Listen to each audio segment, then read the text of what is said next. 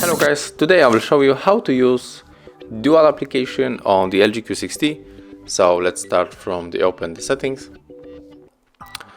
And we have go to the general and now swipe down, click on the dual app.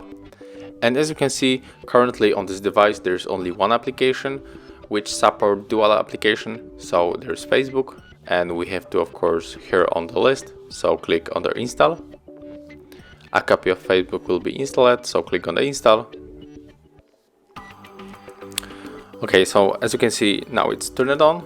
So when we minimize, we have now two Facebook icons, two Facebook applications. So we can just look on the two different accounts. So thank you for watching. Leave likes, subscriptions, and of course comments below.